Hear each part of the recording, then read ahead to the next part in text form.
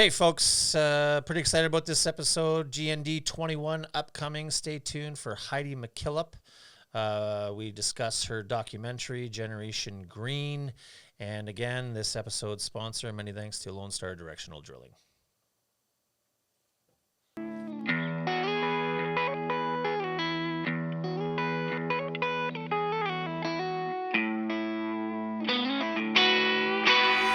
Documentaries.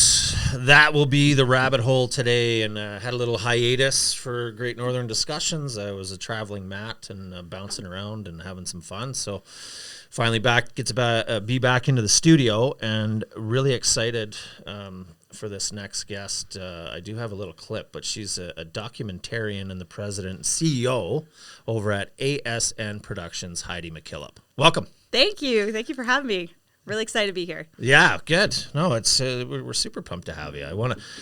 We're gonna dive in right away here because I do want to play a clip. You've made some documentaries, and we'll get into like how you even got there into making your docs.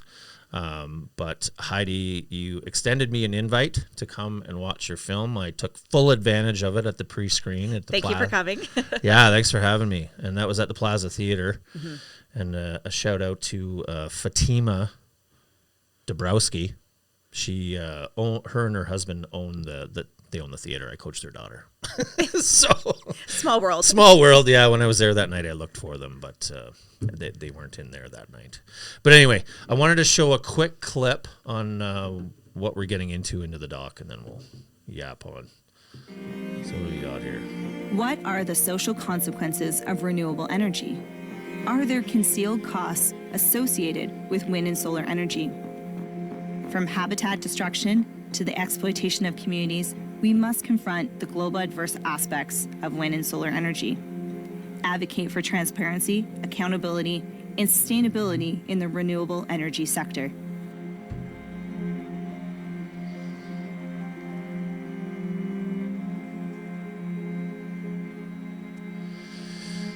Ooh, deep, isn't it? It's very deep. That's like, I mean, this is heavy stuff. It is. It's heavy. So how the heck did you get into filmmaking? Well, it's a bit of a journey, I guess, with everything that you start off in life, but mine certainly was very unconventional. When I started my first documentary, Albertan Nation, I was waitressing at Joey Eau Claire, and I had been laid off from my reception job and my land admin job with Omers. And I didn't know what I was going to do with my life. I was really kind of in a rut.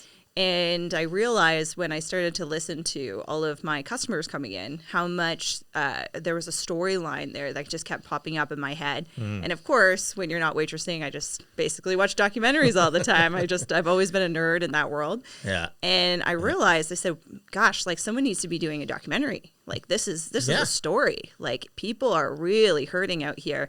And Alberta is propping up Canada. Like this is outstanding. Like I'm from the east, so I didn't know any of this when I was going through schooling. Whereabouts in the east? At New Brunswick. Yeah, New Brunswick. So good old East Coaster.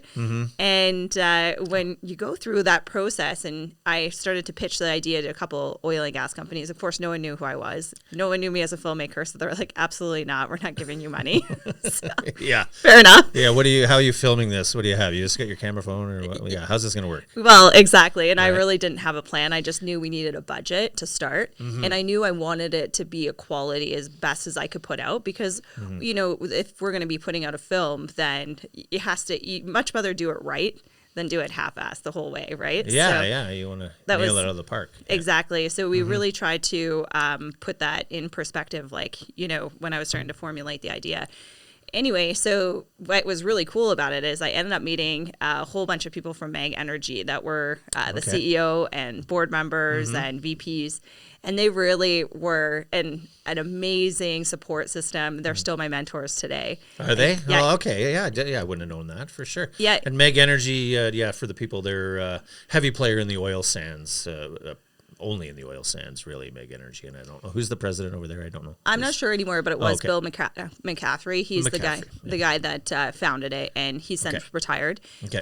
And all the people that I know now are gone off of Meg. Moved. Yeah, exactly. Okay. But what's great about it is when I ran into them, I said, okay, great. This is my idea. I'm starting off this project, and I started paying for it myself just with my extra tips. Yeah. And all the shots that you see in the first film was actually from Meg flying me up and showing me Christina Lake area. And they just flew you up there, brought you on one of their charters. Yeah, they loved the idea. They thought it was brilliant. It was the first documentary of its kind for the oil and gas industry. So, Over a Barrel came out after, and I was really proud of that because it really was the insight of starting out something new, of taking documentaries and explaining our perspective. Yeah. So that has just transpired into my whole career for the last, 6 years, and I just love it. I love how that happened, all because you saw a need for it, and I'm sure you saw everybody sitting in there at lunch. We're all saying the same thing, only specific in Calgary. This would not be talked about in BC or anywhere else in Ontario. That's right. But I'm sure everybody was talking about doing the same thing. We need a voice. We need to stand up. We need to celebrate our industry. We need to, but no one is doing anything. That's exactly it. Right. And that was really this journey of advocacy, is getting into that perspective. And mine was so different because I was actually anti-oil and gas in New Brunswick, and I had gone through the emotions of supporting the oil and gas industry organically. So that was really something that I really put into the documentary, was just my journey. And what I really thought was interesting, which was the transfer payment system, how it's set up in Canada, what Albertans pay per person, also what the industry is paying from resource development. These are very important concepts that we always have to be articulating to our eastern provinces. And so growing up, like, I guess on the East Coast, you mentioned maybe you were anti or against it. So what's it like growing up there in terms of what are they saying about oil and gas out there, or energy in general? The education literacy in the Maritimes, and certainly in Ontario and Quebec, is very, very different than out here. Everybody has a basic understanding of energy out here. Even the average person, you can pull a waitress down the road here, and they're probably going to tell you what a pipeline is. They'll tell you about hydro. They'll tell you about solar and nuclear. They have a pretty good base load of understanding. Yeah. Of what these kind of types of conversations are. In the East, they don't have that. It's not a regular conversation. It's not something that comes up. There's pockets of people that really do understand it, but they're not the majority. No, and I've said it in here before. It's like, it's no fault of their own. And I think I mentioned to you having coffee. We had some friends that were out in the East, and the older people there had mentioned, we just find, why are you guys so angry? You Westerners just seem so angry. And so my friend had said, okay, well, are you happy? And I'm talking specifically with the government in place and Justin Trudeau. Are you happy? And they said, we're healthy and we're happy and we have good roads and we're happy. And that's no fault of their own. Yeah. We're not trying to say you need to hate. What we're trying to say is, here's what's going on. Here is what the truth is and what they're trying to impose on us. So exactly. And so, working down, some people might say too, you might hear, okay, you're just a waitress, right? You might hear that. Like, how do you handle that? I'm sure you get some naysayers. Like, what did you take in school? Yeah, that's a very, I took sociology and social work. I took social too. Yeah, like 2 degrees. And, it's one of those things that putting yourself out there as an artist and also as an entrepreneur, there is so much risk every single day that it really, it doesn't matter as long as you have your core people with you. And that really is the truth, is that core that I've developed out here is so solid, and I have so much inspiration from my mentors and so much inspiration from random people that, are excited about the films that we produce, that really offsets the negative parts of, hearing those comments about, I'm nobody. And I'm like, I know. I know I'm nobody. Yeah, I know that. I'm well aware of it. Obviously. It's you were living in it, you see it, you hear it all the time like we all do, and you went after it. You saw a need for it and you went after it. So I give you nothing but kudos. And I didn't even mention the name of your film, Green Revolution. Did I get that right? Generation Green. I like that, though. Looking right at it. Green Revolution. We can edit that out. Keep it in. I'm just a dumb podcast. I think that's great. Green Revolution. I'm going to come to you next time we do our next film, and we'll brainstorm some new new I titles. feel my face. I'm like, God, you're an idiot. Just Generation Green. Generation Green. Yeah. Okay, so I do want to, like I said, I was able to sit and watch at the theater, and I just really thought it was fantastic. It was such a good doc. And it was just so well balanced that I immediately loved you, because it was it's kind of how I'm wired. Like I trying to be balanced in how we deliver our messaging and why we're trying to protect or pump up fossil fuels and say it's okay to celebrate it. But I just love how you did it. So appreciate that. Where did this start? Like, where did it start? Well, this is one of my favorite films because it really does go down to a citizen level. It goes down to the average Albertan. And from now on, that's going to be the structure of our documentaries. We're going to make sure we're listening to people on the ground. Because typically, I'm always interested, like, let's get a politician, like, let's get this so-and-so. But really, it's the average people that matter the most. That's something I really want to relay moving forward. And particularly these two individuals, Angela and Stefan, they're both in the documentary as interviewees. But they had started a year and a half before we even heard about the story, about collaborating with local communities, being concerned about the massive wind industrial projects going up in their region by Waterton Park. And not only were they concerned about it, but they are concerned about the longevity of Alberta and how we handle energy conversations. Because if you can put up an industrial farm right beside Waterton Park, you can put up a wind farm anywhere. Yeah, and for perspective, for people, like Waterton Park is just a beautiful area, like that tourists go to just to witness the sheer beauty of the area. But there are hamlets or towns in around there, and this is where they step to the forefront, right? Oh, it's an incredible story of the magnitude that they took on. Can you imagine?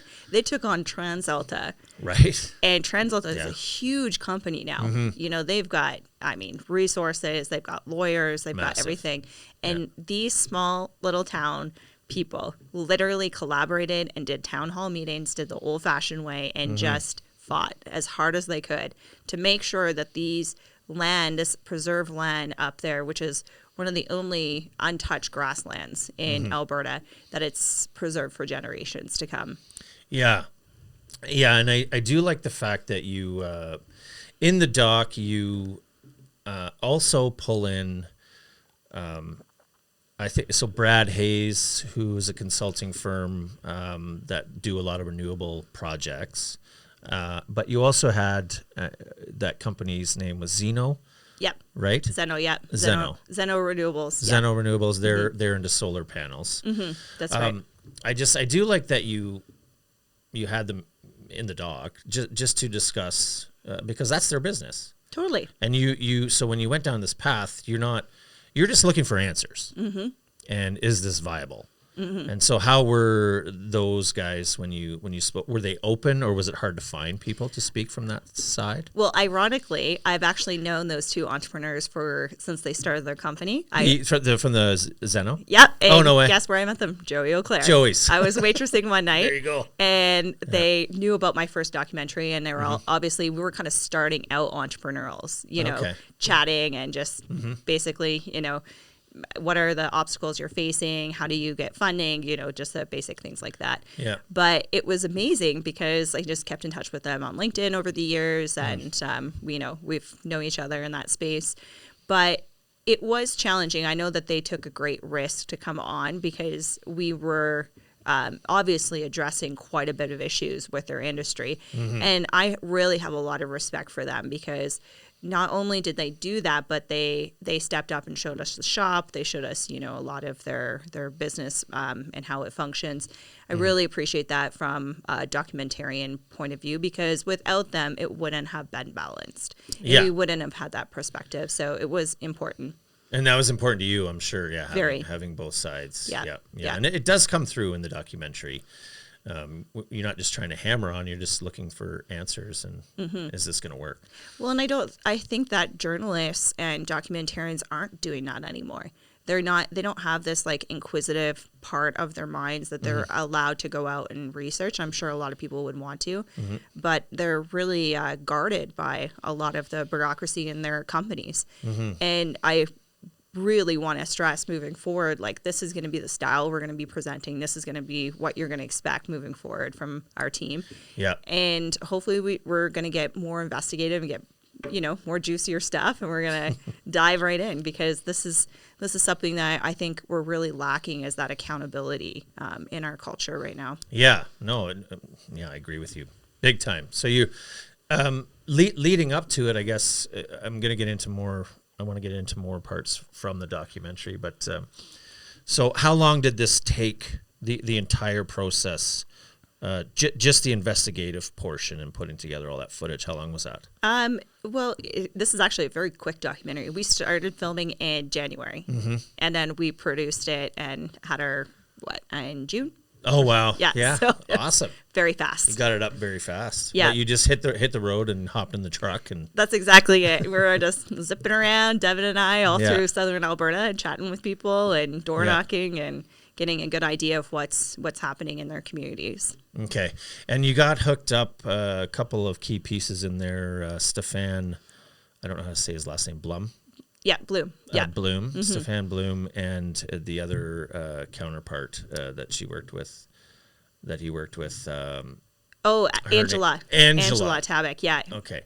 Yeah. So how did you get hooked up with those guys? So it's through my friend Laura. She does some work here and there, basically behind the scenes, and she does a lot of just kind of knows what's going on in Alberta and tries to go after news stories. And she kind of dropped me that these people were really looking for some help getting their story out there. Yeah. So then we hopped in the car. That was our initial interview, our initial meet and greet, so to say. We went around, and it's fantastic, because I look back over a couple of months, and Angela and Stefan primarily have become part of my life. They like came to my daughter's birthday, we're friends now, and I spent a couple days ago at Angela's house with her husband, and just beautiful people. I'm really blessed to have them now in my personal life. To be friends. And so they they were really, like you mentioned, Trans Alta, massive company. So they were trying to propose, I think it was called the Riplinger Wind Project. That's right. I want to say it was 37 wind turbines was the proposal initially to go in there. Yeah, it was. So what's really important to remember is that these wind turbines are not small little things. They're the size of Calgary Tower. Yeah, they're massive. And can you imagine putting that right all together, lumped in together, right beside the national park, which a lot of people don't understand, and we didn't even touch this in the documentary. There's so much that didn't make the documentary for time-wise, is that the bird migration is so important in that region. They come up all the way through the mountains, and they basically silo in those valleys right there. So they have thousands and thousands of different types of species that are coming in through there, migrating. They breed in that area. They come down. That's why they're so important. That's why a lot of the biologists actually in these small towns, a lot of people don't know this, is they're retired from their careers, but they moved out there and bought land for that reason, to watch these birds and to watch all the animals and the impact in that area. So they specifically were very unhappy with the way that Trans Alta was conducting the new developments in that region. So they really were a key part in behind the scenes for developing the new regulations around these types of birds and species and even the wildlife that's Animal in that. Crossings. Exactly. And such, yeah. But it's just kind of ironic. They kind of mess with the wrong little towns because I thought it was so funny when I was going to some of the town hall meetings. I mean, their expertise on the ground were They did their research. phenomenal. And they were not just some Joe Blows that were like, we care about the birds. Like they had full 30 years of career working specifically with different types of species. Yeah, it was phenomenal. like David and Goliath sort of thing. Very much so. And it just makes me think of, you do kind of touch on it in there, I think, from some of the forums and town halls, if you want to call it, that Trans Alta had. But like on the oil and gas side, we know that, before they go in to drill a well for whatever they're drilling for, oil or gas or whatever it is, the energy company is responsible to talk right to those farmers, have relationships, and I mean, obviously they're included in some kind of depending on mineral rights, etc. But the process to actually commence drilling right through to end production and reclamation is so stringent, but that's from years of practice and getting it right. Now you've got this renewable wind turbine project. Like, I'm just wondering how much consulting they did with those people. Like, was it just approved, the project? Well, that's a really good point. So what also didn't make the documentary, this is so fun to talk about it in behind the scenes, bringing up some good questions. Yeah. So the Hutterites actually are mostly where the wind turbines are stationed. Like they put them right on the Hutterite land. The Hutterites, really interesting because they obviously didn't want to go on camera, but we had the privilege of speaking to a colony down there that actually had wind turbines on. Yeah. And their feedback was very balanced. They were incredibly smart. I mean, the two gentlemen that we talked to that were the main elders in the community, that were the financier and the leader, I guess you could say. Yep. They knew about oil and gas. They really have a good understanding of energy. They really did not like wind or solar. They were like, it's great because we get a little bit of revenue stream by it, but they're actually not producing at their full capability of what they claimed, because that's what we get into the film is their installed capacity numbers. So when they're signing contracts, they're actually going off installed capacity numbers, not actual output numbers. Yeah. Big difference. Huge difference. They're not getting the same value that you would from an oil and gas well, because usually when you start getting into the oil, you're like, okay, it's going to produce this much. You certainly know at one point, and it's going to go up and down. Like, yeah, it's going to decline. It'll eventually decline, but you're going to reach this certain peak. Yep. You never hear from landowners saying that's an incorrect number. Right. Yeah, that's right. Which is very different. I think that's what the Hutterites really examined, and they were very transparent about that. And they said point blank, they were like, we'll never have solar on our land because they're primarily agriculturally based. Yeah. So they said, absolutely not. It's not good for us. We don't mind the wind turbines as much because they can basically cultivate around it, and it's not the end of the world for them. But they still were concerned about the decommissioning, because every single wind turbine that is put online in Alberta didn't have a decommissioning plan. And that's what we mentioned in the documentary at the very end, is that in oil and gas, they have to have a reclamation plan in place way before they even start doing it. And they have a trust allocated to those wells. That's right. The government can tap into, which I think is brilliant. I think that's something we've learned from the oil and gas industry, that we don't want to have a bunch of abandoned orphan wells everywhere, all over our province. No. I don't think that's a correct way of dealing with industry. And the fact that we don't want to apply that to wind and solar is kind of shocking to me, because they've been labeled as green, so they had literally a go-ahead green light with no boundaries put in place. Yeah, and that is exactly what Danielle Smith was trying to stop when, of course, they tried to paint her as the ugly, anti-renewable, when really she was just saying, look, you guys are going so hard at this renewable stuff. Okay. Well, let's do what we've done on the oil and gas side and what we've learned. Yeah, the orphan wells were a problem, and it went way back. And so that had to be corrected. Now any new energy company has to pay the 500 or 700,000, whatever it is, through the Alberta Energy Regulator. They have to have a contingency for the backside. And if the well needs to be shut in properly or produced properly.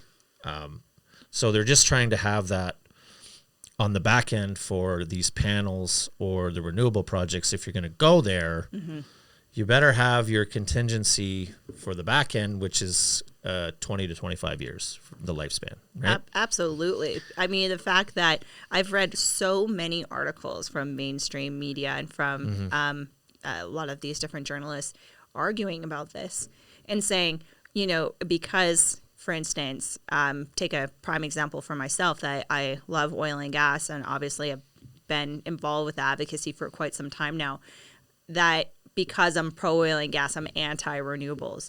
I can't stand that direct correlation. It's so kindergarten. You know, you can be for oil and gas and for renewables and demand the same levels of environmental protection and abilities to process and decommission things at the same time. They should all have the same playing cards. Yeah. The fact that one industry is treated differently is not fair, and I think that is absolutely absurd. Well, yeah, and she, so she put that in place so that these people got it. And I don't know if that was, it obviously helped when when Danielle had put that in, like there's essentially a moratorium until this industry figures out what they're doing on the back end. But that obviously played a huge part in this project getting canceled as well, the Riplinger. Right? Yeah, and I think what the community members, when I met with them to show the film, what they're concerned about is they're trying to be nonpartisan. You know, they don't care if it's the NDP or the Conservatives. Yeah. They care about protecting that land for generations to come. What does that mean? So Angela, I know in particular, is going to be going very, very hard after the NDP, educating them, asking them to come out, explore the community, get to know the members in Southern Alberta. Yeah. And I'm curious to see if they're going to do that. This is the thing that I always find really interesting about politics. If you care about the environment, you care about people, everybody should have been down there in that region. Yeah. Every politician should have been very interested in following that story because it affected so many people. And the fact that I didn't see more publicity from the politicians and from media really showed me that there's like a region of Alberta they don't really care to get to know. They you don't know, care. the Crow's Nest Pass, you know, out by Waterton Park, all those small little hamlets there. They do really feel kind of discarded from the rest of Calgary and Edmonton. Well, that's a good point. Yeah, they need to get more involved if we're going to do this renewable push. Like you say, I'm not against any renewable push either. But why are they not? Doing the same groundwork and speaking to the people? And this should have been all over the news. Obviously, it was not. Yeah, and I find it kind of interesting that we were really the first people to cover it fully. Yeah, and I was personally very shocked by that. I'm like, what do people cover anymore? This is a did pretty big did they ask? Did Angela or Stephen they ask? Oh yeah, outlets? they've definitely have done their work on the ground of trying to make sure that this is public, right? And it's not. Yeah. Is there any have you seen? Has there been lots of articles or newspaper? Any attention? Yeah, there's some, and there's definitely bits and pieces, but there's not a whole lot explaining the whole story, right? There's a little bit about the cancellation from Trans Alta. Trans Alta puts out a press release, that stuff goes in. Yeah. You know, kind of generic things, but nothing explaining why there was opposition. What is the story behind it? Yeah. And why do these people care so much about their region? Yeah, it was almost like they just wanted to ram it through. Yeah. Right. And they did. And we're not here to slag Trans Alta either, because I mean but they just didn't do the same due diligence. No. Right. No, I agree, and I hope moving forward that those practices will change. And I think when we push for the regulatory changes, that's going to be really interesting to see what is viable. So if you're going to have to put a whole bunch of money into a reclamation, is it isn't a viable industry? Yeah. As a whole. As a whole. Yeah. Are you willing to put that much money out? Is there any point to this then? Are there economics based, right? Yeah. So I don't know the answer to that. I haven't looked into the exact economics of it, but I definitely, that is a lingering question in my head. And I know Trans Alta didn't want to comment for the film, but you mentioned you did a little Q&A after with Angela and Stephen, and She did mention that they said whoever her contact was at Trans Alta in the question period, she did mention that they were grateful, and that first of all they'd never seen bigger pushback from anybody anywhere for any project. Yeah. So kudos to the guys out there for banding together. Incredible. But she also said that they had learned so much, and they were really thankful for teaching them. There were a lot of learnings for them in a way, which is incredible. Well, that's the thing. And we always want to make sure that there are people on the other end too, especially the folks from Trans Alta that are dealing with the citizens. They're Albertans. They're regular people. They're doing their jobs, right? So right. we can't be hating on them. It's not about that. It's about looking at it as on a macro level, though, and really making sure that is going to be aligned with our Alberta values. Yeah. Well, and you go even deeper. You go much deeper in here. In fact, we go real dark. Yeah, you go dark. Yeah, we go super dark. Yeah. Well, I was looking for a quote. I couldn't find it. Maybe we can find it after. I can slot it in. But you end up talking with the chairman for the African Energy Chamber of Commerce. How do you pronounce his name? NJ, and I'm not going to pronounce his last name. I couldn't tell you. It's a hard one to say. Difficult, yeah. So, but you get essentially, you go down. We'll talk about how you go down the hole, but Africa. We know now, or a lot of people know, that this is where a lot of the cobalt comes from, which is an important part of your lithium batteries.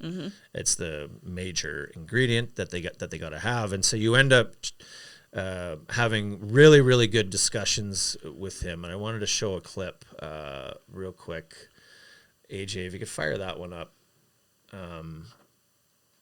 Yeah. Mining practices in many African countries are characterized by informal and artisanal methods, often lacking the oversight and regulations seen in developing regions. Mines in the Democratic Republic of Congo, owned by Chinese companies, are engaged in exploitive practices that have severe impacts on both local communities and the environment. While Canada and Africa both rely on mining for economic growth, their approaches and outcomes differ significantly. By learning from each other's successes and challenges, we can work together towards a more sustainable and equitable future for mining worldwide. Let's move beyond aid, because your mindset of looking at us and thinking that you can just do handouts and give us aid, it is only feeding into the egos of the Canadian elites that want to look at themselves as doing good to those poor Africans. We don't want that. We want you to participate in trade, in commerce, because that gives us dignity.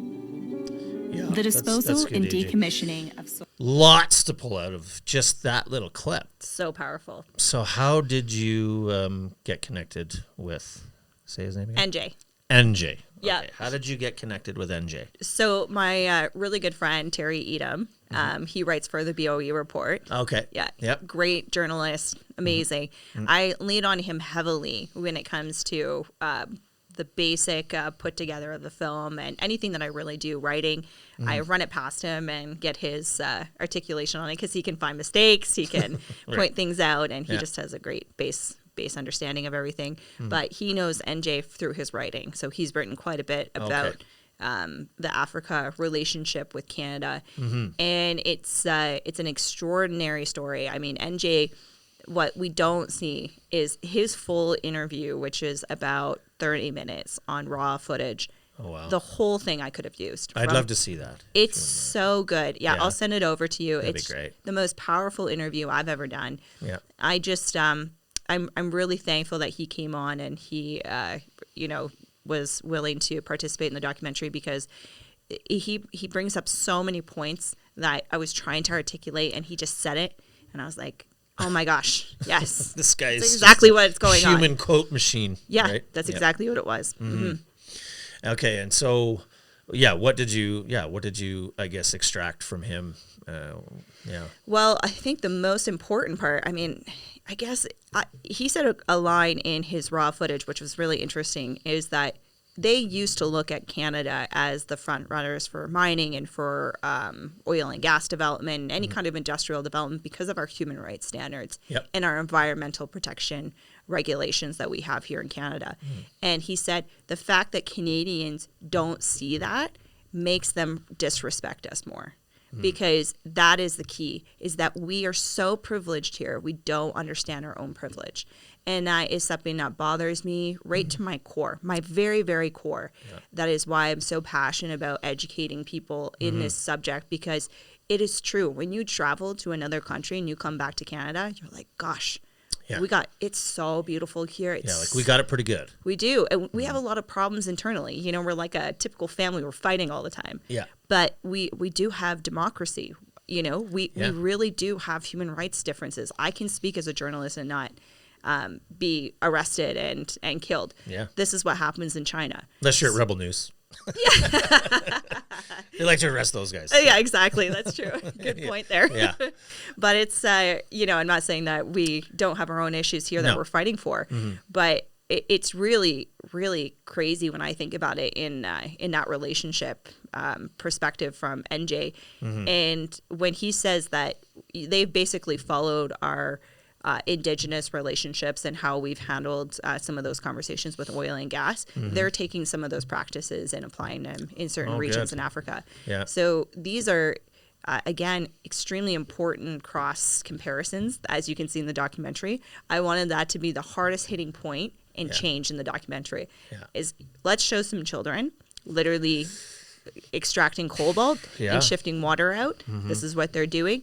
And then let's show our due diligence here in Alberta. Yeah, show you how, I mean, we're so meticulous here and stringent on everything. And they got kids forced to sift through, unthinkable conditions over there. And that's another problem that I'm understanding more about the geopolitical landscape for Canada. And this is why I dislike Trudeau so much. I mean, there's a lot of reasons, but this is one very important point, is that because he's cozying up with China, and China basically goes around the world and exploits whoever they want, whatever they need to feed their machine of people and industry, they have no accountability, and they're too big and they're too powerful that the average person can't fight against them around the world.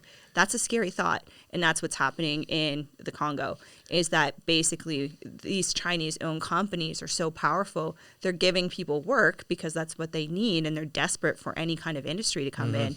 But it's making the conditions worse over there. It's not actually helping anybody. No, and and to your point on China, I've got another gentleman hopefully soon coming in here, and I mentioned it earlier to AJ before we got in here, but he showed me some pretty alarming stats that had showed that China was ahead of the curve in tackling all the minerals that were going to be necessary in renewables. They started this purchasing in like the 80s, the acquiring of these assets. And so through the 80s and 90s, they were acquiring all these minerals and assets around the world where the Western world was not involved in any. And now that it's the flavor, we're playing catch up. China's at the top of the supply chain. That's right. For all of these critical minerals and rare minerals needed. And we've got to go through China. And so you mentioned even in the doc that these are owned mines in the Congo by China. It's China. It's not Africa. It's not Africa. And they're not putting money. So the difference is, let's look at Alberta and our practices here. Say Northback gets their approval through and they can start coal mining up in that Crow's Nest area. Yeah.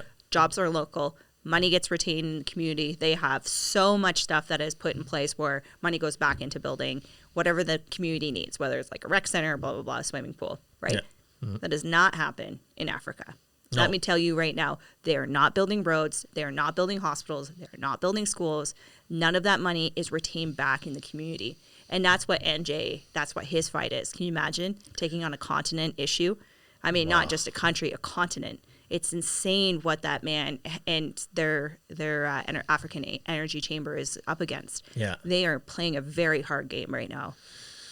Do you think he'd be like a target over there? Would he be not well liked by the political brass? Do you think? I think that he was saying this off camera and also during his interview that a lot of Africans are starting to wake up that they need to have their own sovereignty and they need to fight for that. Just like Canada has fought for our initial independence as away from foreign interference, which obviously that's not going super well. No, it's not going well. And I think this is why I love Alberta, is Albertans typically are a lot more astute to these types of subjects. And that's why I choose to live here, and that's why I will always live here with my family. And I get worried about the East with their complacency on these subject matters. It is a huge, huge deal when we start talking, like you said, that guests that you're going to have on. We don't understand the gravity of that until the entire supply chain is owned by one country that does not share our democratic values. They don't share the same values, and they literally own, and they're going full bore. They run nothing but coal. They also run oil and gas. They also run renewable. They're revving up everything. They'll just run everything. They've got the highest emissions, 31% on the planet. If this is the focus for climate change emissions, we're 1.5, 1.7% of global emissions, which I've said on here a million times. But if that's the focus, insane. Why are we not even talking about China? Oh, it's such a not even just the climate issues of emissions. I mean, this is another rabbit hole I'd like to go down. But you know what makes me so angry? What? Let's first define what an emission is. If you're going to start putting taxes and everything on a CO2, maybe you should start figuring out what your base definition is globally and also nationally. Oh, yeah, it's pretty loosey-goosey. Yeah. Right. It's like we're trading air and we're trying to figure out what air is. And you're taxing the air. Yeah. I mean, can you think about it from just a pragmatic standpoint, taking a step back? Yeah. I hope that our future generations look at us and like, what? Like, these people are loonies. Yeah. You know? For sure. Yeah. Why are you even going after this? I mean, I hope. You have to first put a metric in place. I mean, if there was a metric, I could follow that and be like, okay, that's fair.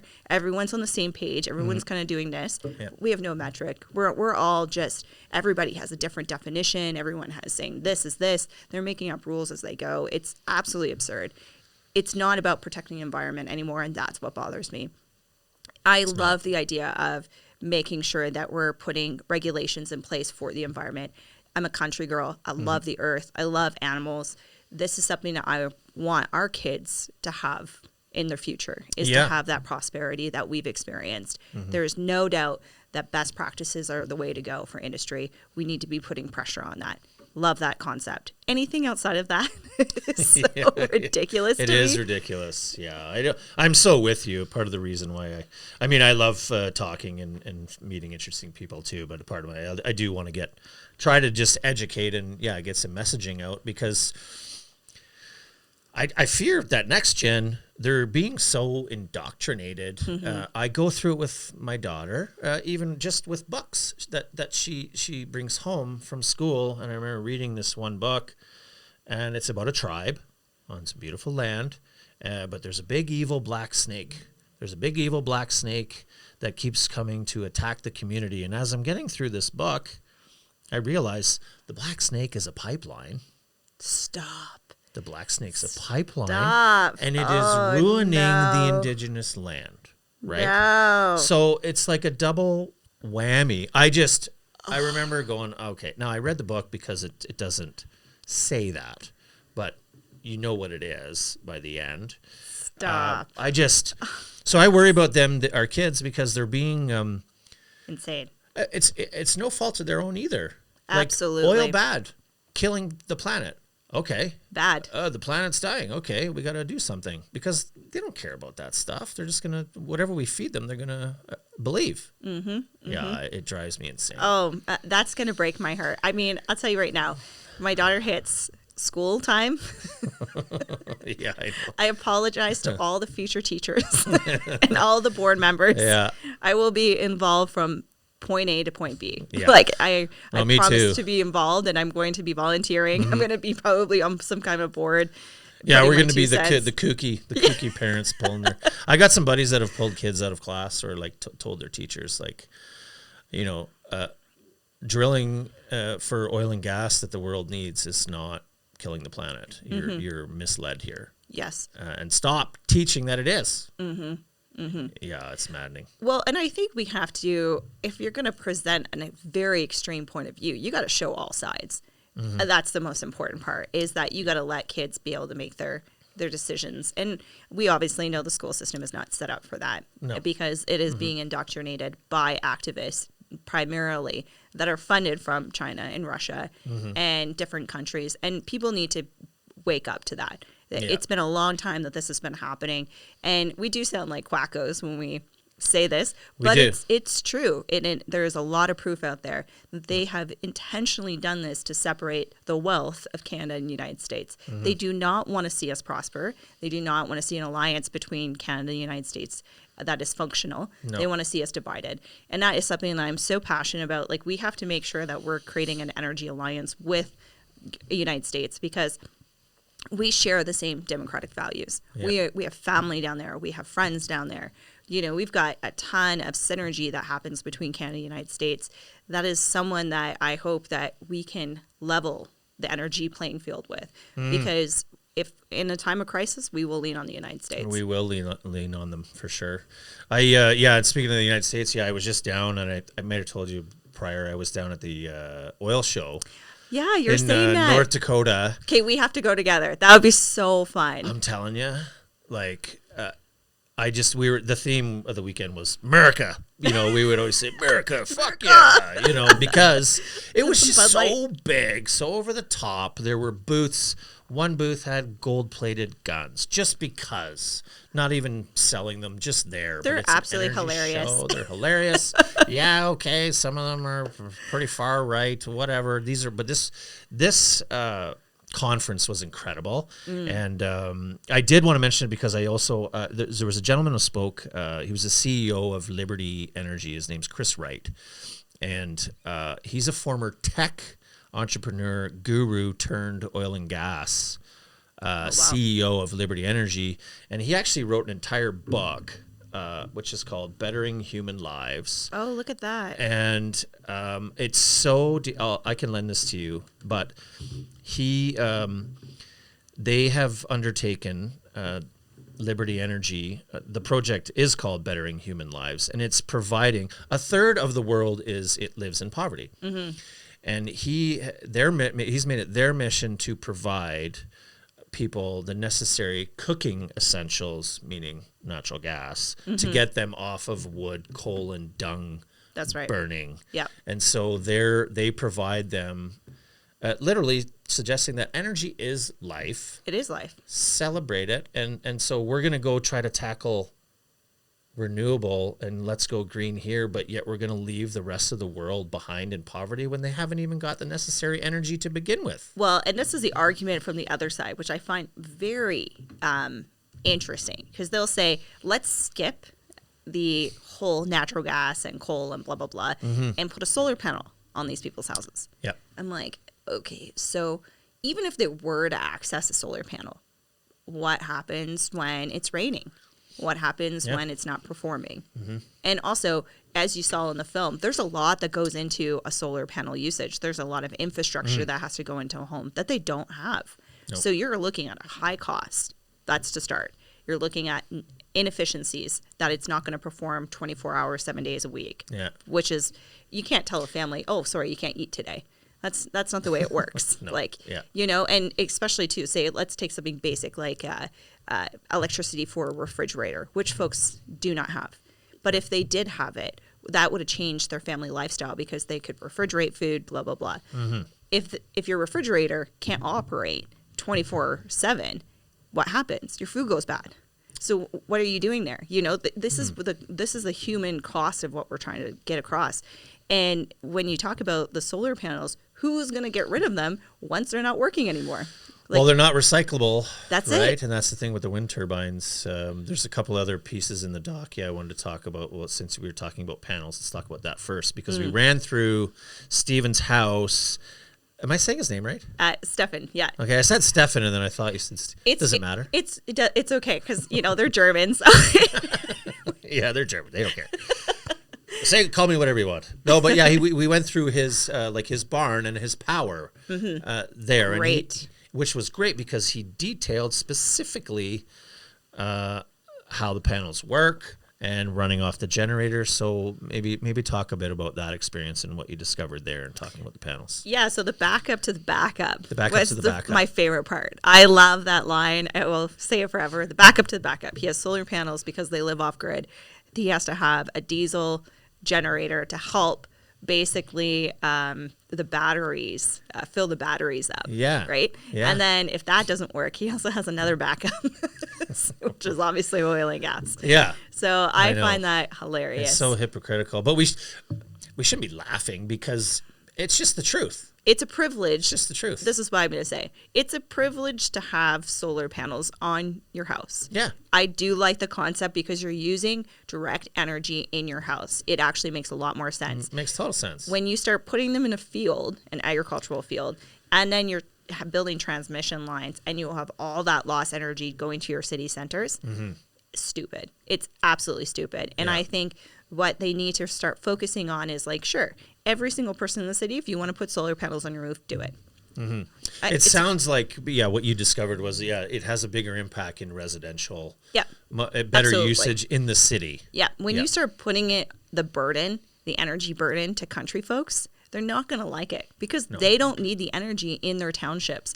We need the energy in our city centers. That's right. Isn't that ironic that they have to sacrifice their land, their scenery, their tourism, their stuff just to suffice our energy needs here? It's like they want it out of the way, maybe because it's an eyesore, because they take up so much. The footprint is massive. Yeah. But then you're ruining the rural lives. So it's like almost like they're creating a rural-urban conflict. Right? Oh, absolutely. I think this is telltale for a lot of things in Canada is that it is urbanization versus country people. Yeah, it is. It seems to be going that way. Mm-hmm. And you also talked about, because you guys went through, I can't remember the gentleman you were speaking with when you were going through the electricity bill. Oh, Devin Carl. Oh, that's Devin Carl. Okay. And so, like I think most of us, especially in Alberta, maybe not in the East, we look at the bill and we're like questioning the line items and these extra charges. So what did you guys discover and talk about, output versus actual? Yeah, this is a really important conversation because I really hope that people get educated about this so that when they read a Calgary Herald story or a Globe and Mail story, they understand where the journalists are pulling in some of these facts. Yeah. What the reality is that they're saying renewable energy is free. Yep. Free. That's a hard word to say nowadays. Yeah, free. You know what my dad always said? Nothing's free. Yeah, it's true. It's nothing. Yeah, it's never free. And if it's free, you better be asking some questions about why it's free. So what's really important about it is that free part is actually built into your bills, which is those sneaky little lines. And that is the infrastructure bill. That is the transmission lines. That is how to carry the energy from one source to the other. That's an important thing because the infrastructure in rural communities is quite different because you think about this is the most simple way that was explained to me, and hopefully I'm articulating this well, is that urbanization and the demand in the city centers is growing. We all know that. Yeah. Very difficult because the infrastructure that was initially made can't support the energy load and demand that people are using. Especially with AI and social, and it's only increasing, right? It's going to increase tenfold. AI is it's massive. It's unbelievable. That's our other podcast. Oh, perfect! Can't wait for it. No, you're in it. That's going to be your doc. Yeah, that'd be perfect. Yeah, I'll just take all your podcasts and turn them into stories. Turn them into stories. Yeah, perfect. Love this. Yeah. But what's really cool about it is that the infrastructure in rural Alberta, let's say, for example, they don't need the energy out there. They already have sufficient energy. They have to now take that energy and put it in our city centers, and the infrastructure that they currently have can't support it. That's important because that means they got to build all those massive transmission lines. They got to figure out how to do all this, and guess where it's going to go? It's going to go on consumers. Yeah. Yeah. So if you do it too quickly, it ain't going to work, and no one's going to be happy on the taxpayer end. No, they're not. Hey, I mean, we're just getting fed with the taxes. Oh, AJ brought up a bill here. What do you got here? Is this from the movie? Mm-hmm. This is the bill here. Yeah, this is the NMAX electricity bill that you guys were looking at. Yeah, distribution charges. Energy charge, distribution charge, and transmission fees, energy charge, which are passed on to consumers. How much it takes up of your total bill. Well, Yeah, and you guys do talk about too the just like snow cover, the amount of darkness, the weather, and I want to make it clear we're not going after Zeno or the solar panel industry, because he did say in the film it does make more sense what they've learned in the residential areas, and so good on them, and good on I'm all for alternatives for sure. I think we should all be trying to be getting better all the time. But I found it interesting. Stephen was talking about like how often you can actually run straight off solar panels, and in Canada it just doesn't really work that well, especially urban, right? Yeah, they're really complex. That's the most important thing, and you have to have a base load. That's what the Premier has really understood about our electricity grid, is that base loads are hydro, natural gas, and coal, actually. And coal, yeah, sure. But these are, because they can be ramped up and down on demand. That is so important for people to understand. Yeah, on demand. On demand. Which is... we're used to just flicking on lights in the middle of the night. Flick on a light in the middle of the night, right? Drives me crazy. Everyone's like, oh yeah, it's just electricity. And I hear this all the time from renewable energy folks, and definitely in articles in my research. Especially you see the propaganda of 100% renewables. They're like, oh, well, it ties into the electricity grid. Planet of the Humans. Oh yeah, he addressed that right away. And I love that scene where he was like, well, what is the electricity grid? What is that? Yeah. Because all these people were like, oh, we're renewables. We have this beautiful electric car. And it's like, blah, blah, blah. And he's like, okay, well, how do you charge it? The electricity. Well, the electricity grid is based on coal. Yeah, where does it come from? And the backup of the charging stations, which were plugged into generators, which is powered by fossil fuel. Yeah, that's exactly it. Yeah. And, I think what Brad really made a really good point in the documentary is that all that the renewable energy industry has been able to do is augment fossil fuels. One of the best lines of the documentary. I think that wrapped it all up in my head, and I was like, done. Yeah, no, that was a powerful one, and I was looking for another quote, and maybe we'll have it. We can plug it in later. I couldn't find the quote from NJ when he said, we breathe clean air in the dark. Yeah, it's actually near the end. Anyway, I couldn't find it this morning. He can plug it in after, but. So powerful. Yeah. Breathing. Yeah. We want to breathe clean air, but not in the dark. Yeah, that's right. That's right. Yeah, that's impactful. And it's true though. I mean, from going back to the Africa perspective, is certain regions obviously are doing better than other because they have taken control of companies coming in and have really made a stand. But how can we deny families, like as a mom over there? Can you imagine? I mean, what a different life that would be. Terrifying. So hard. It's hard raising kids out here. Yeah, we think we have it hard. Yeah. Like it's. Oh, I got to drive my truck to school again. It's a 5-minute drive. Exactly. Yeah. And they have so much pressure for, just survival. And their kids are walking to work at 10. Yeah. In these mines. Yeah, exactly. And I think what's really impactful, I think, about the cobalt is, nobody can argue with me as a mom that that's the best way to do it. No. I look at it and I shake my head. I get so angry. I mean, the first time I started doing this research, I bawled. I was crying so hard at the table because when I see other kids suffering at the expense of our privilege, it bothers me. Yeah, well, it's pretty, it is pretty crazy that we're going down this path. It's, without sounding too alt-righty, this we're gonna sound like it anyway. I mean, let's just be honest. But this push to go, it's such a rapid push. Like it's gotta happen right now. What is the rush? What is this rush? I just think it's just a massive wealth transfer. Oh, it absolutely is. Right. And this rush of scaring people that the world is ending. Yeah. I think I grew up in an evangelical church my whole life, and, it's God coming back, everyone's going to hell. And I'm not going to say like my church is crazy because I love my church. They're amazing people. But certainly in the 90s when I was growing up, is that it was a big time where evangelical churches were really scaring people, the congregation. It's changed a lot now. It's gotten a lot more calm. It's better now, yeah. Yeah, but it was one of the things, I think it was just a reflection of the time. And I because of my upbringing, because of that experience, I really look at this movement as the exact same thing.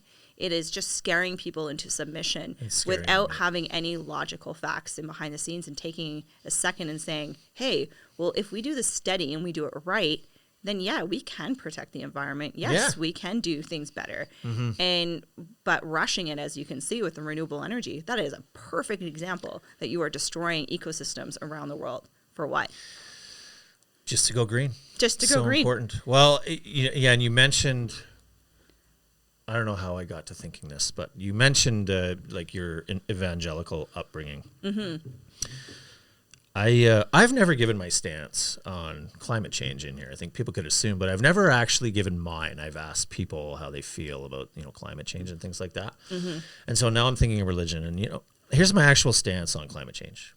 I would use the word agnostic because I'll tie it in. I think you can see where I'm going. But I grew up Catholic, believing in God and communion and the Bible, right up until grade 8. And then just based on where we moved and boundaries in the city and where my hockey buddies were, I switched schools. So in grade 9, I went to a public school. So now all my buddies, I'm seeing the other side. I'm seeing them. Some believe in reincarnation, some believe in the Big Bang, some believe in this and that. And I'm seeing a different point of view when I grew up with, God and heaven and all that good stuff. So now I'm like, well, these they're good kids. These are good people. Maybe there isn't a God. I wasn't really talking about it a lot, but I was just in my own mind. And I had fun with those buddies for a while. And then I went in junior hockey later, so grade 9 to 12, I'm in public. And then I go to prep school in Notre Dame, which is Catholic. So now I'm back to Catholic, and I'm kind of out, but I'm kind of in at that point. I'm like, there could be a God, but I kind of believe in there could be a spiritual afterlife. I'm not sure. I just don't want to believe there's just nothing. But this is how I feel about climate change, because it has become a religion. Absolutely. And so I use the word agnostic because, I feel like there's enough things that you can read about the ice caps and the coral and temperatures, which are changing, but there are just as many articles on to suggest that the Earth is cyclical and we're actually in a cooling period and the Earth is constantly changing. I mean, this is why they got off their global warming label back in the 90s and changed it to climate change, because it didn't fit the narrative. Yeah, that's right. And so now it's changing. And Climate Change Canada and Climate Change this. And speaking of climate change, I'm waiting for the label to be smacked up on your YouTube. That'll be on there. It'll be on there for sure. Yeah, absolutely. Eventually there will be Climate Change Canada. Yeah. For sure. And it's just an exploratory doc. Yeah, totally. Right? Oh, yeah. We're labeled all the time, specifically me. I like where you're going with this, because I've really put a lot of thought into this. Way too much thought into this, actually. But I care to probably say on a podcast. When I'm gardening, go for it. This is where my brain goes. I really like to analyze things and go down the rabbit hole in my heart, in my head, because when I'm performing and doing these docs, I really have to have a grounding point, a value point to start off from, right? Yeah. So that I'm not swayed in 40,000 different directions. This is really easy to go down everyone's rabbit hole and experience. Believe this, believe that. That's right. But what I've concluded, this is just my personal perspective, is that from the beginning of time, especially with humans, and in the Bible, I find this really interesting when they talk about Noah and the ark and the flood. Part of the historical accuracy of it is really interesting, is that they think it was just a region of the world that was flooded, that it wasn't actually the whole world. But in their perspective, they didn't have internet, they didn't have social media, so to them, the entire world was flooded. I find that so amazing to think about those natural disasters that are written in the Bible time and time again that are historically linked. And I think from the beginning of time, from Egyptian time and also to a lot of the Mayan folks, there's really good documentaries on this, is that they were all scared of natural disasters. That's why they burrowed holes in the ground. That's why they made all of these cities under the earth. And I think that's so interesting that now, circa thousands of years later, we're still scared of climate. We're scared of the earth. We're scared of the environment. I think it's a natural fear that is embedded in us from our historical origins. Yeah. And I think what politicians and what people are using and alarmists is they're feeding into that natural fear of people that they don't understand. And I'm not saying we can predict the future. I don't even go there. But I do fundamentally think we can do better as humans to protect the environment. I think that is a natural thing that we need to be very mindful of. And I think the movement has provided at least that insight. It has gone so radical and so insane, and it's missed its value point at this point. It's just now, like you said, a religion. And that's where it has shifted that I don't agree with. It has, yeah. No, I'm so with you. I'm very grateful you found me and followed me too, and I got to see your doc because we're extremely similar that way. And this has been going on in our sector for years. Like we've been talking. I remember going back to like 05 and 06, just talking about we need to stand up. We need to say it's okay. We need to celebrate because we know how stringent we are with our environmental, regulatory, and our processes that are in place. We need to stand up, but no one ever did. It was almost like people are afraid because, well, and especially now, cancel culture. And they label you, right? Absolutely. And you get smashed, and so I love that you're tackling this on, and I think we need to keep up that. Oh, fight. Absolutely. And your podcast does the same thing, though, right? Yeah. Just by asking questions and interviewing people, it's creating a natural curiosity, I think, in people that just planting seeds down and saying, think for yourself, and to be really apprehensive when someone says that the world is ending. Maybe you should take a second look. Maybe you should just relax and look into it. Well, we got a question from the panel. I found your quote that you were looking for. Oh, did you? Oh, perfect. Yeah, pop it on. NJ, we right? also believe in renewables. We believe in getting a cleaner environment, but we don't want to breathe clean air in the dark. As we conclude our That is so massive. Like I was in the theater when he said that, I was like, oh. I was looking at everybody like, right? Did everyone get hit by that? Everybody like, it's so powerful. Yeah, I was really happy with the ending. It's really exciting when you finish the editing and you get chills. You're like, oh yeah, I just did right now. Oh, that was good. I like that one. Yeah, that's great. Yeah, your passion is showing through for sure. The next one, I know. Just I want to touch on a couple more things. Just getting back to the wind, you visited the gentleman in the scrapyard, and so they just started taking solar panels. And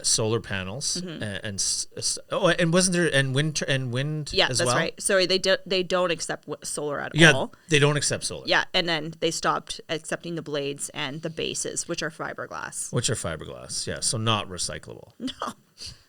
Yeah, this is the thing that they don't talk about as well. And they also don't talk about the proper decommissioning for these wind turbines. There is so much concrete left in the ground. They don't pull it up. Yeah, how big is the base? Like, do you know the footprint? Or, I mean, I visually you can see I don't know the numbers off the top of my head. It's insane. Think about it. Yeah. You have to have, on an engineering standpoint, you have to support through our wind gusts. Yeah, and you need the size of Calgary Tower. So you think about what needs to go in for the support. Yeah. I can't believe they're that high. I know you pass them all the time, like Pincher Creek in those areas in the past. I didn't realize. But maybe these ones are a little taller. I was going to say some of them are smaller, depending on when they were manufactured. Yeah. But the newer ones are bigger and better, obviously. Right, bigger, better. Longer lasting. Yeah, exactly. And green. We're green. Yeah, we're green because we're using fossil fuels to bring all the cement in. I just find it so ironic. And I don't know if you noticed that when Devin takes his finger and sees the oil leaking out of them. Yeah. So that's another thing we didn't put in the doc is that, I mean, these are, in order for them to actually function, it needs oil. Think about it, like they're turning. It's not just like, oh, let's just put up this cute little wind turbine. And that's what I love about the green energy movement. They're so far off the rocker. I mean, I hear all the time from young people and from activists down the States. You'll see all these different types of videos. Cracks me up. They're like, oh yeah, look at, they're so beautiful. I'm green. Look how pretty those are. And it's like the whole thing would not function without fossil fuels. Fossil fuel powers it, and you just destroyed all that land for no reason. I know. Yeah, they don't want to have that conversation though. No, of course not. But I think too, I also think they aren't looking at like just Canada's climate. You know, I think it does make sense in San Francisco or some sunnier states or Palm Springs to have some solar panels or electric vehicles might work better. I mean, we get to minus 40 here, minus 50 in some areas. Well, and that's why each region has to be characterized by its own energy forms, and it has to be analyzed. So hydro works really well in Quebec, obviously. It does, yeah. Do we have hydro here? No. Can we have it? Yeah, it doesn't make a lot of sense. Yeah, right? so we can't have the same policies. No. And, you know, we should have hydro so that we can get $13 billion a year. Yeah. Get subsidized. Well, I like what Danielle's doing. She's kind of cozying up to Quebec and some of their ways over there to make us a little more sovereign. Yeah, well, Quebec isn't the Quebecers aren't the problem, and I hope they aren't. A lot of Albertans know that is that it actually is Hydro Quebec is very corrupt. I'll probably get harassed for saying that, but it's true. It is. They receive most of the transfer payment wealth. I think a lot of people don't realize that. I think there was a stat saying it was be close to $5 billion that Quebecers would need. And can you imagine? So basically, the rest of that is going to Hydro Quebec. One company. I know, it's pretty insane. Yeah, I know. I have some friends that live there and some family, and they're definitely not. They're oblivious, right? They're oblivious to that. They don't hate Alberta, and we don't hate them either. Yeah. I think it really is. I hope the oil and gas industry steps up, and we've been saying this for a long time, they really, really need to put money into the advocacy for education. It's so important that maybe we can't reach the older people. Yeah, because they don't have YouTube. I'll be really honest with you. Like, I don't know who we can reach, but I do believe in children. I think it starts with our little ones. Like basic education in school and reaching the high school students before they get into university. I think these are important steps that we had a curriculum, and I know the Premier is very focused on that. She is, yeah. Well, I mean, obviously we love Danielle Smith and everything that she's doing, and some people hate her, and that's okay. You're allowed to hate for your own reasons. Do whatever you got to do. But when you mentioned our children, even my daughter, and it's not like I'm trying to indoctrinate her either into saying oil is like everything, but really, because I'm going to indoctrinate her. I'm going to be like, she's going to go to school with I heart oil and gas every day. Oh yeah, she'll be wearing that stuff. Yeah, that's fine. Totally. But when she tells about what Daddy does, and she's always like, he has a show first, but then because that's cool. But then she does say, we've written it down verbatim, like, I drill for oil and gas and potash and everything else, but he drills for oil and gas and oil is okay. And so I said, and you can say that every time. And so she says it to her friends and says it in school, and because it is okay. That's right. Well, let's just stop turning the other cheek here. Bless her little heart. That's good. We'll see how far it goes. So you never know. Could turn into a hippie and move off to the I think West Coast. We always have that little phase in our life where we go against our parents. True. Upbringing. True, yeah. Like everyone has a little bit of a rebel kind of area. Yeah. But I think when you raise your children a certain way with certain values, they do come back to it. They'll come back. That's the most important thing. Agree. Well, Heidi, been a pleasure. Thank you so much. The time flew. It flies, right? We're like hour and 10 or ish. Yeah. No, you're a fantastic human. I love your story, your personal story. Thank you. And I love the traction that you're getting on the documentary. I do encourage everybody to watch. I'm going to pump it everywhere as far as I can. Thank you. And it's just a well balanced, good doc. If you like documentaries, watch it and turn it off and go back to your day. Drink your coffee, do whatever you want. I don't care. Just watch it. Thank you so much for having me on. Can't wait for our next one. Yeah, we'll do it again for sure. Wait, I didn't even ask you. Do you have a next project in the queue? Yeah, we're actually hoping to do an investigative piece on agriculture next. Awesome. So we're going after sponsorship right now and trying to get funding for it. Yeah. So if anyone's interested in this from company perspective, we're accepting donations. Get on board. But we're going to do the same thing. We're going to go, I want to know why legacy farms are going under. What is the government doing to protect them? Well, Johnny Barlow would love to help you with that one. That's right. For sure. Okay, awesome. Thanks, Heidi. See you again. Oh, I'm just going to end by playing the end of your doc here. Oh, okay. Yeah, we're already done, I guess is what you're saying. To enforce regulations and promote ethical practices. How can we advocate for a sustainable energy future without considering the entire supply chain? Is it not contradictory for Western nations to promote wind and solar energy while transferring emissions to other regions across the globe?